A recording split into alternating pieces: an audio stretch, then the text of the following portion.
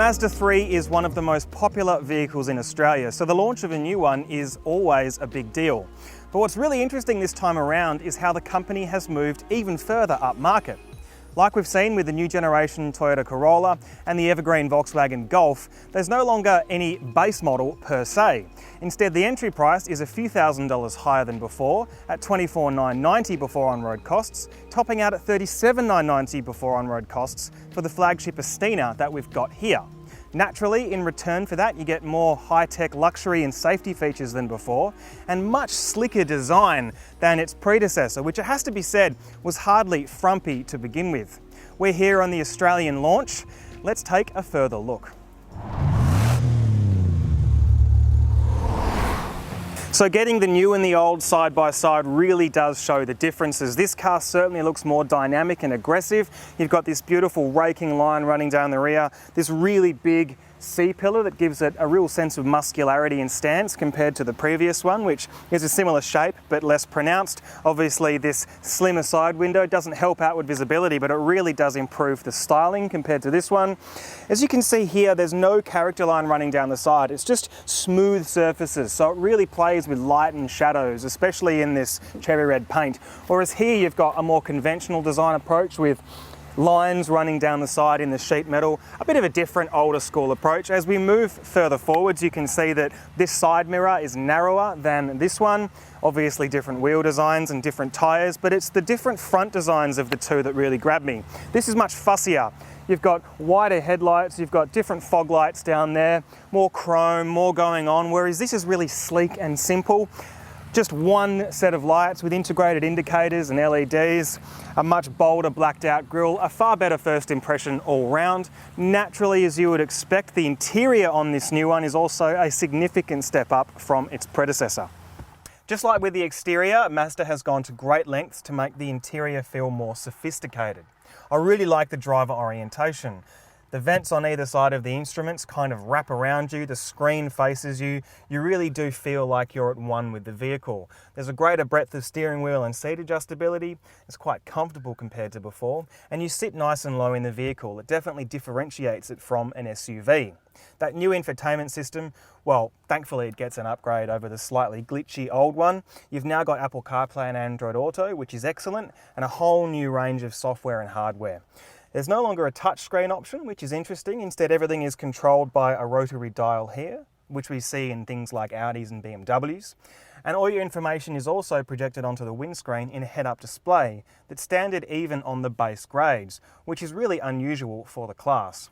The company's definitely gone above and beyond with this interior, but there is a little bit of a downside, which is practicality. So as you can see, it doesn't exactly have the most spacious or generous back seats. Legroom is really limited, a bit like we've seen with that new Corolla. Headroom is all right, but on the tight side. That C-pillar is absolutely enormous, which greatly limits outward visibility. It's almost like Mazda has accepted that anyone regularly carrying backseat occupants is going to buy an SUV anyway.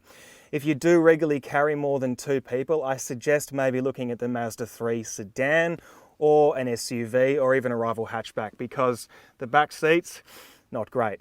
The boot is also a little bit smaller than before, though it is larger than the Corollas. The new hatch is actually slightly lower and shorter than the outgoing model, but sits on a 25mm longer wheelbase. It also weighs between 39 and 55 kilograms more depending on spec grade because of the revised platform. We won't spend too long agonising over the specs, but maybe a summary. The base G20 Pure has sat-nav, Apple CarPlay and Android Auto, alloy wheels, LED headlights, auto wipers and, remarkably enough, a head-up display.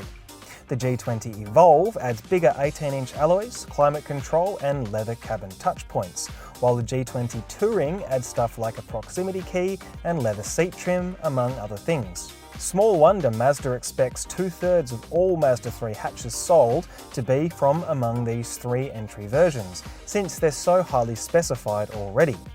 You can also get the Evolve grade in G25 form, meaning a larger engine, which we'll flag in a sec, for $2,500 more than the G20. Topping the range are the G25 GT and the G25 Estina.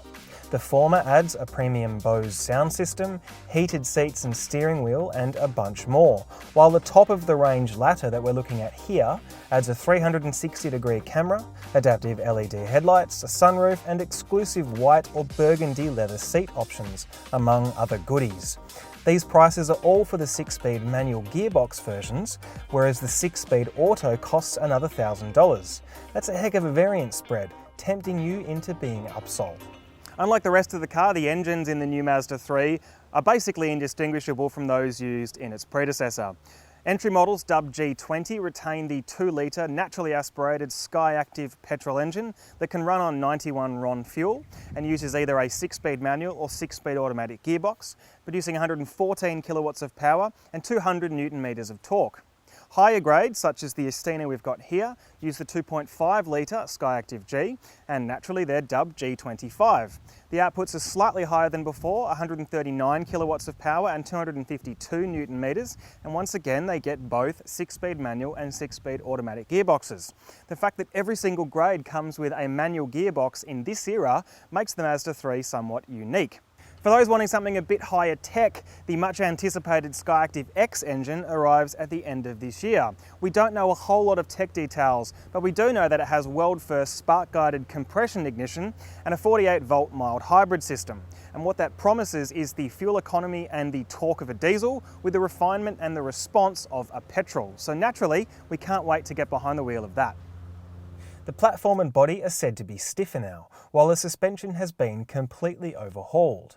The McPherson strut arrangement remains at the front with some tweaks, but at the rear there's now a cheaper and easier to package torsion beam setup, which is a similar approach to what we've seen on the new Ford Focus and the Mercedes-Benz A-Class. A major focus was on reducing noise, vibration and harshness, and we'll get in a sec to whether that's worked or not. Mazda has also fettled its G-Vectoring Plus system that cuts engine torque according to steering inputs, effectively transferring the car's weight and improving stability and turn-in.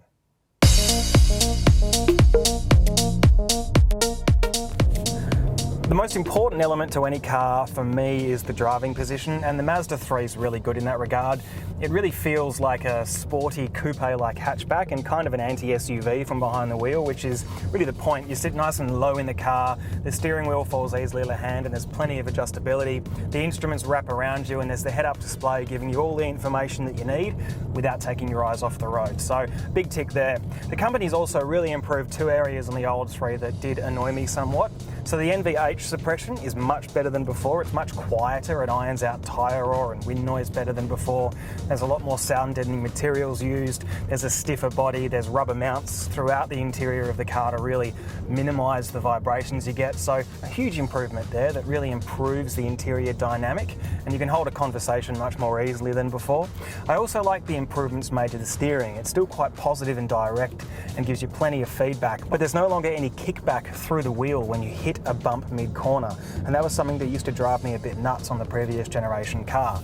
In terms of ride quality, it's obviously a little bit firmer than average, but that really sort of suits the car's sporty aesthetic and it's never uncomfortable. One bugbear that I do have is the outward visibility. Clearly through that massive C-pillar it's a bit hard to see out at times, but you do get plenty of technology to help you out. So this car we're driving has blind spot monitoring and AEB front and rear. It's got a 360-degree camera, all the technology you need to really help you out, and that's quite impressive.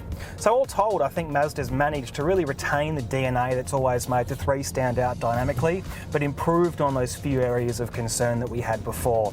So a really good effort. And I think that, combined with the much sleeker exterior design and the more upmarket interior, make this a far better proposition than its predecessor. It's certainly one of the most engaging cars in class, certainly not the most practical, but we would argue that most people that want practicality are probably going to buy an SUV anyway. And that price point, well, it might be a bit higher than before, but you're definitely getting what you pay for when it comes to in-car tech. So a big tick from us on our first impression of the Mazda 3 on local roads, but I'm sure you have some thoughts. So please head over to caradvice.com, check out the written component of this review for even more information, and leave us a comment below telling us what you think.